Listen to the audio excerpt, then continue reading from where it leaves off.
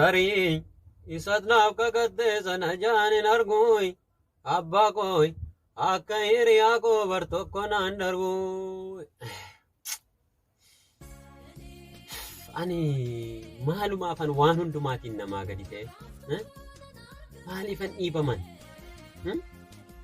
Namni hundumtuu jireenya koo fakkeenya akka fudhate abaluyyuu kunoo jirtiyoo abaluyyuu kunoo jiroo maalumatu naanna yaaddessee dhi bakka nama hundumaati. Barumsaan namaa gadi, gaa'ilaan namaa gadi, jireenyaan namaa gadi, waan hundumaatiin namaa gadi. Waanan jalqabee naan milkaa'u yeroo hundumaa an booddeen jira. Yeroo hundumaa yoo waa dhufe an kan booddeetti dhiibamu anuma.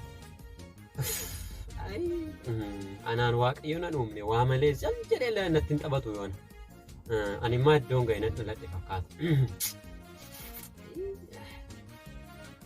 Jettaniif tutaanaan isin viidiyoo kana hanga xumuraatti daawwattan jennaan amma kaasne edaa waaqayyo waa malee nan uumne jechuudha. Yesuus yaa galatu jettaniif shubbisuutti kaatu. Harka fuun akkam jirtu kabajamtootaaf jaalatamtoota hordoftoota chaanaalii koo kan taatan marti keessan sooreyyiiwwan koo jirtu nagaa keessanii baga nagaa taatanii saa'itii kana geessan kan nagaa qabu hundumtuu sooressa qabeenyatti lamaamne waan ta'eef jennee dubbanneerra. Egaan sagantaan keenya qophee manneen mammaaksaarraa jedhu kan torban torbaniif isiniif dhiyaatu yeroo isaa eeggate ammas gara keessanitti dhufaa jira. Sagantaa kanarraa jalqabaa kaastanii hanga xumuraatti viidiyoo kana yoo daawwattan barumsa keessaniif, jireenya keessaniif, bultoo keessaniif, jireenya hawaasummaa keessaniif walumaa galatti kan yeroo darbeerraa barumsa argattanii isa yeroo dhufuutiif jijjiiramtanii adeemsa akka jalqabdan shakkiin qabu. Assaayimentii tokkoon isinii kennaan irraanfatinaamis YouTube chaanaalii koo subscribe gochuun dagatina. Mammaaksa lama qabadhee isiniif dhiyaateera gaggabaaboodhaaf barumsa guddaarraa argattu jedhee tanan yaada. Mee gara mammaaksa koo jalqabaatti isin dabarsa.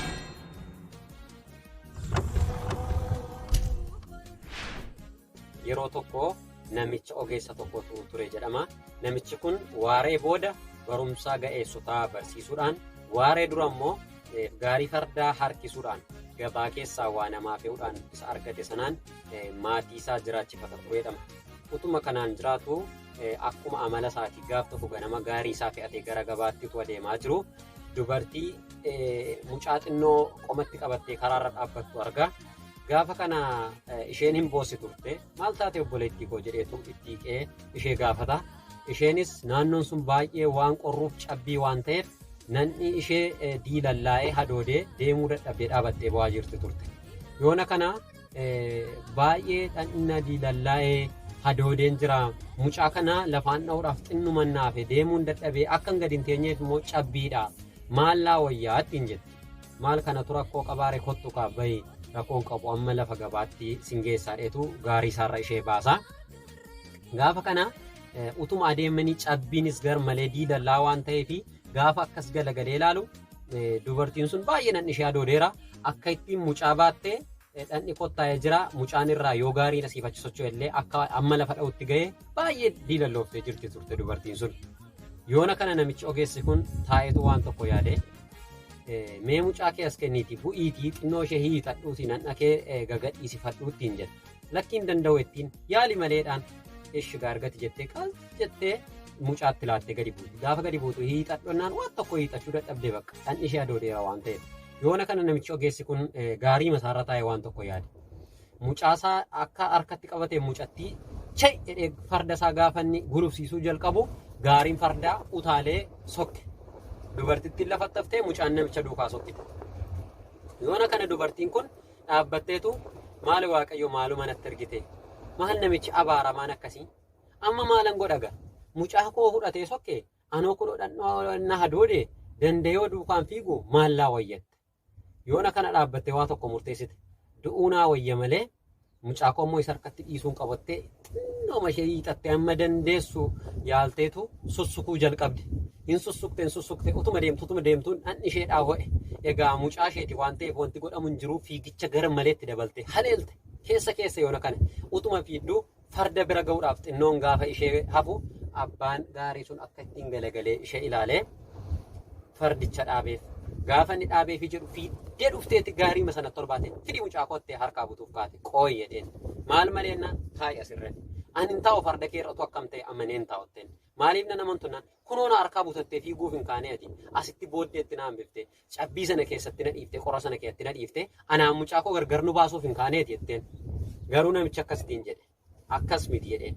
Ani isiniin gargar baasuuf otoo hin taane atiif mucaan kee akka yeroo dheeraadhaaf walii wajjin jiraattan barbaadee tananii jedhan. Maa jechuu barbaade namichi kun natti qoosaatte akkamittiin akkasanaan jettu otuu hojii koolaa mucaan harkaa fudhatte baduuf hin kaaneetuun fiigeessi bira hin geenye ta'edheen. Ilaameedheen ati amma otuun mucaa kana si harkaa butee hin fiigne farda kanarratti bu'ee ta'e yoona silaa dhandhi si qottaa'ee jira yookaan waa tokko taateetta. Yookaan immoo dhuftee farda kanarratti ol deebitee mucaa si harkaan lafa bu'uu danda'a. Amma garuu jedhe lafatti gadi bu'ii hiixadhuuti qorri kun akkasirraa badu akka inni si dhiisu godhisiin jennaan hiixachuu dadhabdeedhaan inni qottaa'ee hin danda'amu jette. Gaafa mucaa kee si harkaa fuudhu garuu lubbuu mucaatiif jettee tattaafatteetu qoricha ofirraa balleessitee dhandhi keessii didiriirfatee fiiddee. Kanaaf utuu an mucaa kana si harkaan fuune ta'e hin fiiddu yoona kana iyyuu as hin jirtu yookaan immoo mucaan kee lafa dha'eera ture. Kanaaf anaanni galatoominaan jechuutu sirra jira malee akkasnaan jechuun qabdu. Ansi miidhuuf osoo hin taane akkatii mucaa keetiin qabattee fiiddee qorra sana ofirraa balleessituuf jedheeni ittiin jedhe. Yoona kana dhaabbattee xiinxaltee galatoomi namni ogeessi akka keetii hin argamu ittiin jettee jedhama. Mee ilaala jireenya keenya keessatti wantoonni hedduun nu mudatu kan akka nuti haala keessa jirru keessaa baanee gara fuulduraatti fiinnu tattaafannu nu godhan hedduutu jira jechuudha.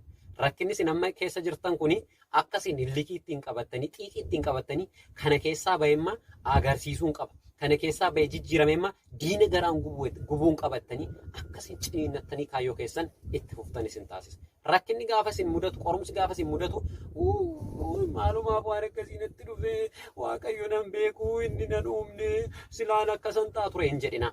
Maaliif natti dhufee? Qorumsi an amma keessa darbu kun jireenya koo isa boriitiif akkam godhee na qopheessa jedhaa malee qorumsi natti dhufe kun na balleessuudhaaf hin jedhina.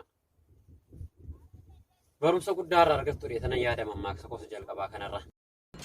Mee gara mammaaksa isa lammaffaatti dabarra yeroo tokko immoo namicha tokkotu ture jedhama. Namichi kun mucaa dhiiraa yookaan ilma dhiiraa tokko qaba ture. Mucaan isaa sun yeroo hundumaa abbaa isaa gaaffii gaafata. Abbaayyee abeet kun maaliif akkas ta'e sababii kanaatiif.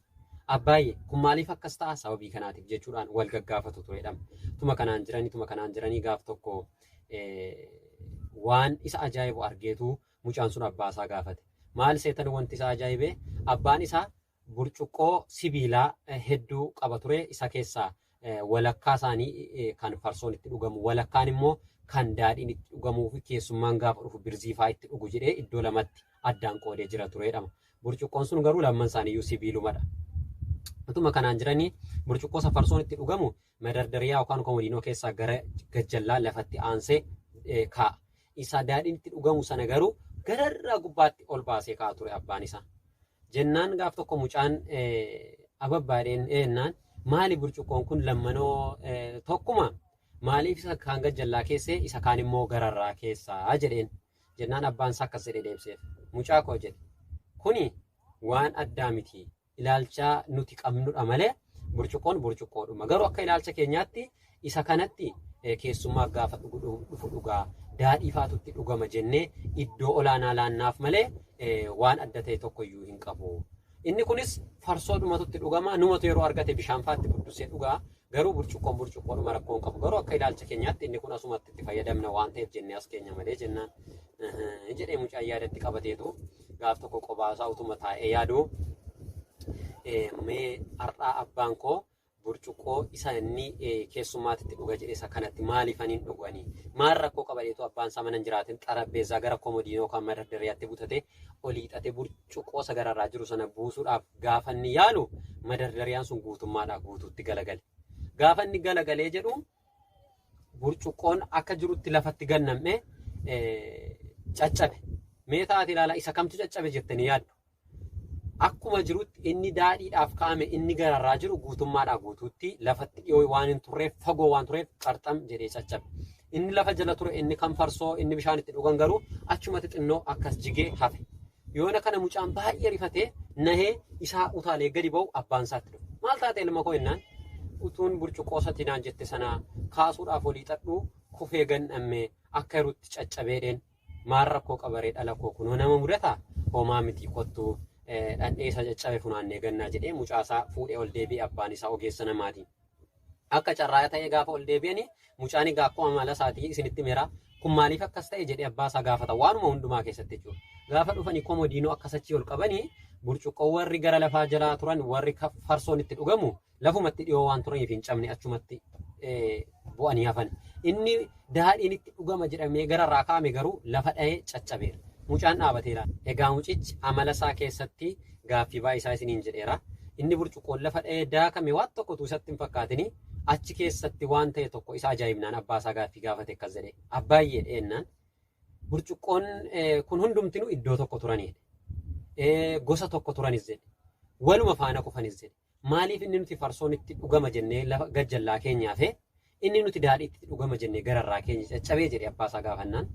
Abbaan isaa aare maaltu gashasa yoo burcuqqoo amma kana daaktee fixeen qaanoftu gaaffii akkasii na gaafattaa jedhee utuu ijatti hin baasin ogummaadhaan tasgabbaa'ee ilaamee dhala koo dheennaan inni nuti daadhiitti itti dhugama jennee gararraa keenya lafarraa fagoo waan tureef yeroo kufu dandamachuu dadhabee cabee.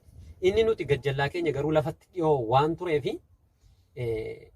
lafa haadha iyyuu malee wal faanaa kufan iyyuu malee dandamatee utuu hin cabin hafeeraa jedhee jedhama. Ilaalaa obboloota ko. Burcuqqoo inni namichi iddoo olaanaa kenneefis inni namichi iddoo gadaanaa kenneefis wal faana kufan. Haa ta'u iyyuu malee inni iddoo gadaanaan kennameef kun kan bishaaniitti farsoo itti dhugaa asuma kaa'edhanii tuffatanii bira darban sun lafatti dhiyoo iddoon gadaanaan waan kennameef hafee umuriin isaa dheerate. Inni gararraa kaa'ame sun inni jajame sun garuu akkuma kufeen of kaluu dadhabee caccabe. Kanaaf waa hedduu irraa barattuu jedhee tanan yaada mammaaksa kanarraa. Maaliifan booddeetti hafee? Maaliifan dura ta'uu dadhabee? Barana maaliifan dursuu dadhabee? Maaliif qorumsi natti baay'ate? Maaliifan akka ilaalcha namaatti tuffatamaa ta'anii? Maaliifan akka ilaalcha namaatti tuffatamtu ta'anii jettanii Waaqayyo irratti gungumtanii yeroo hedduu Waaqayyoon maan anuufne? Ani immoo uumaa harka isaatiin. Anaan immoo akkuma namoota fakkeenya ta'uuf na uume malee akka namoota milkaa'ee jiraadhee namoonni akka waan irraa barataniif miti jettanii yeroo hedduu kan gungumtan booddeetti hafuun keessan tuffatamuun keessan gaddeebi'uun keessan milkaa'uu dhabuun keessan waa malee miti baraaramuudhaafidha jechuudha. Kanaaf kabajamtootaaf jaallatamtoota hordoftoota YouTube chaanaalii koo mammaaksota lamman guyyaa har'aa isiniif qabadhee dhiyaadheerraa waa hedduu barattaniitti jedhee tanan yaada. Yoo isinitti tole laayik godhaa. Nama biraa akka ga'ullee warra barbaadan immoo sheer godhaa. YouTube chaanaalii koo subscribe gochuu hin dagatinaan isiniin jedha. Torban viidiyoo biraadhaan man'ee mammaaksaarraa walitti deebinutti nagaadhaan turaan isiniin jedha. Shalom.